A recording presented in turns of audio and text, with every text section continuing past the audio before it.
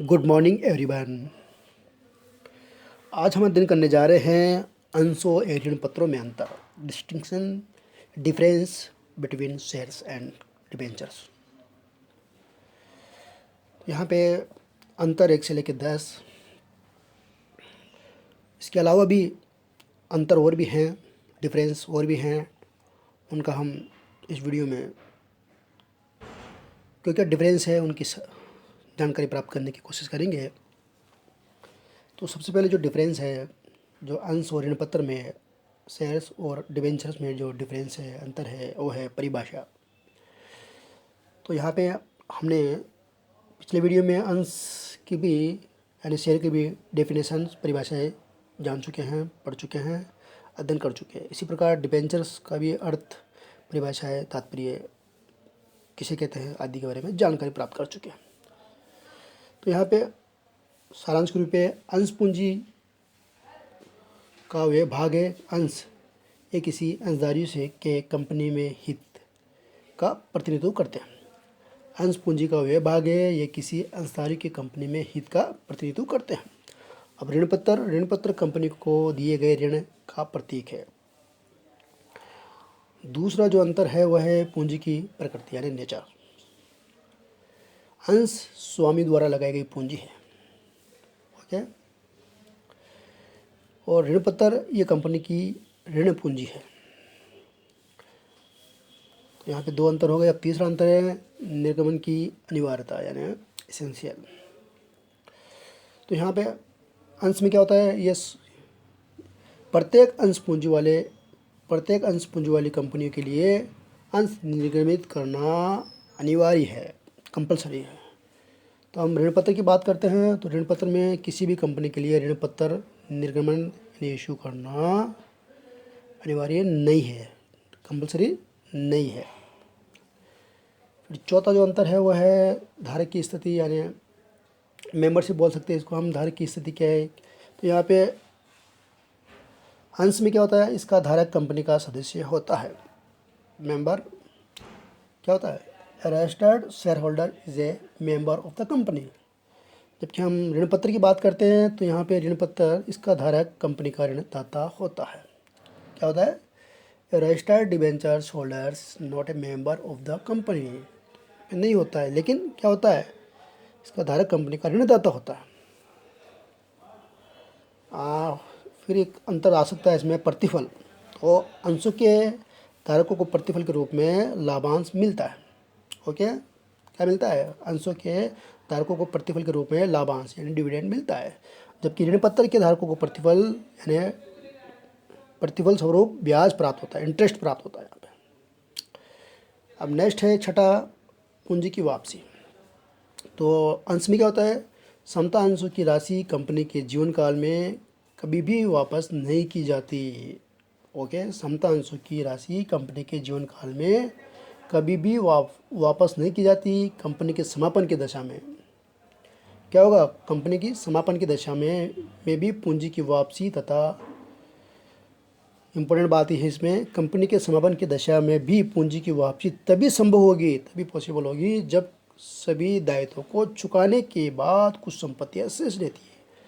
ये हमने पिछली वीडियो में जाना था। अब ऋण पत्र में क्या होता है, ऋण पत्रधारियों को एक निश्चित अवधि के बाद उनका धन लौटा दिया जाता है ना, उनकी कैपिटल लौटा दी जाती है। समापन की दशा में यानी वाइंड अप की दशा में इनका धन समता अंशों से पहले चुकाया जाता है, इक्विटी शेयर से पहले चुकाया जाता है। फिर इसमें मताधिकार, नेक्स्ट जो अंतर का कारण है वह मताधिकार। अंशधारी को कंपनी की सभा में मतदान करने का अधिकार होता है। किनको, अंशधारियों को, शेयर होल्डर्स है, उनको क्या होता है, कंपनी में सभा यानी वोटिंग राइट्स का अधिकार। तो यहाँ पे हमने जाना अंशधारियों को कंपनी की सभा में मतदान का अधिकार होता है, जबकि इसके विपरीत ऋण पत्रधारियों को यानी डिबेंचर होल्डर को कंपनी की सभा में मतदान का अधिकार नहीं होता है। तो ये ध्यान रखने वाली बात है। तो equity share carry voting rights, कि debenture with voting rights can not be issued. Next है प्रीमियम की आवश्यकता है। इसमें अंशों के प्रीमियम पर निर्गमन किया जा सकता है, अंशों को प्रीमियम पर निर्गमन किया जा सकता है, जबकि ऋण पत्र प्रीमियम पर निर्गमन नहीं किए जाते, बल्कि इनका प्रीमियम पर शोधन अवश्य किया जा सकता है, रिडम्पशन अवश्य किया जा सकता है। ये इंपॉर्टेंट बात है। तो यहाँ पे अंश में क्या होता है, अंशों को प्रीमियम पर निर्गमित यानी इश्यूड किया जा सकता है, जबकि ऋण पत्र प्रीमियम पर निर्गमन नहीं किए जाते, बल्कि इनका प्रीमियम शोधन अवश्य किया जा सकता है। नेक्स्ट है लोचशीलता। पहले रिस्क देख लेते हैं, जोखिम। तो जोखिम अंशों में धन निवेश करने पर जोखिम अधिक होता है। किन में? अंश में। अंशों में धन निवेश करने पर जोखिम अधिक होता है। Share holder are a great risk even they can loss the amount invested in share. जबकि ऋण पत्र में विनियोग की दशा में जोखिम बहुत कम होता है। Debenture holder are relatively safe. Security debenture holders are almost at no risk. तो ये भी है कारण है इसका, जो अंतर है अंशों या ऋण पत्रों में। तो यहाँ पे ज़्यादा जोखिम कहाँ किस में होती है? ज़्यादा जोखिम होती है अंश में, और जबकि ऋण पत्रों में जोखिम बहुत कम होती है। नेक्स्ट है लोचशीलता, फ्लेक्सिबिलिटी इन कैपिटल स्ट्रक्चर। इसका मतलब ये है कि अंशों के निर्गमन से पूंजी ढांचा स्थिर रहता है। अंशों के निर्गमन से पूंजी ढांचा क्या रहता है? स्थिर रहता है, जबकि ऋण पत्रों के निर्गमन की पूंजी ढांचा बढ़ता बढ़ता है। तो capital structure in more stable in case of issue of shares, जबकि डिबेंचर में क्या होता है? Capital structure of fund fluctuates in case of issue of debenture, particularly in case of convertible debentures। तो ये भी ध्यान रखना है। फिर नेक्स्ट है बोनस हो गया। बोनस में कंपनी बोनस अंश जारी कर सकती है। कंपनी बोनस अंश जारी कर सकती है। अंश में क्या होता है? कंपनी बोनस अंश जारी कर सकती है, जबकि ऋण पत्र में क्या होता है? कंपनी बोनस ऋण पत्र जारी नहीं कर सकती। ओके, ये भी ध्यान रखने वाली बात है। तो यहाँ पे शेयर होल्डर में गेट बोनस शेयर, जबकि debenture holder can not gate bonus debentures. Next है ऋण क्षमता।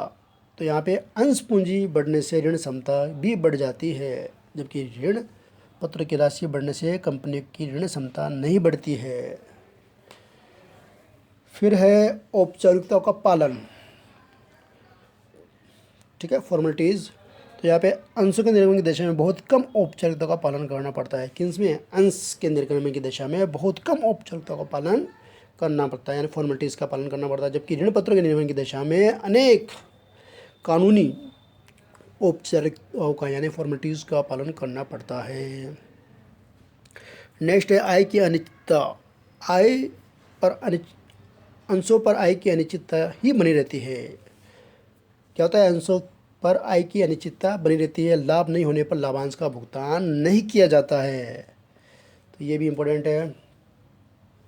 इसके बाद में ऋण पत्र की बात करते हैं। तो हम ऋण पत्रों पर निश्चित अवधि के बाद ब्याज देय होता है, इंटरेस्ट मिलता है, अतः आय की निश्चितता बनी रहती है। फिर है लास्ट है पूंजी में वृद्धि। पूंजी में वृद्धि अंशों के कारण विनियोजक की पूंजी में वृद्धि अधिक तीव्र गति से होती है।